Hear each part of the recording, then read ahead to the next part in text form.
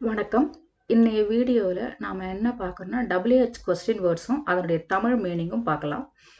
What அதனுடைய அர்த்தம் என்ன, வேர் அந்த கொஸ்டின் வேர்டோட அர்த்தம் எங்கே, வென் எப்போது, ஒய் ஏன், ஹூ யார், ஹூம் யாரை, டு ஹூம் யாருக்கு அல்லது யாரிடம், வித் ஹூம் யாருடன், ஃபார் ஹூம் யாருக்காக, ஹூஸ் யாருடைய, விச் எது, ஹவ் எப்படி, ஹவ் மச் எவ்வளவு, ஹவ் மெனி எத்தனை, ஹவ் லாங் எவ்வளவு காலம், ஹவ் ஃபார் எவ்வளவு தூரம், ஹவ் ஆஃபன் எப்போதெல்லாம்.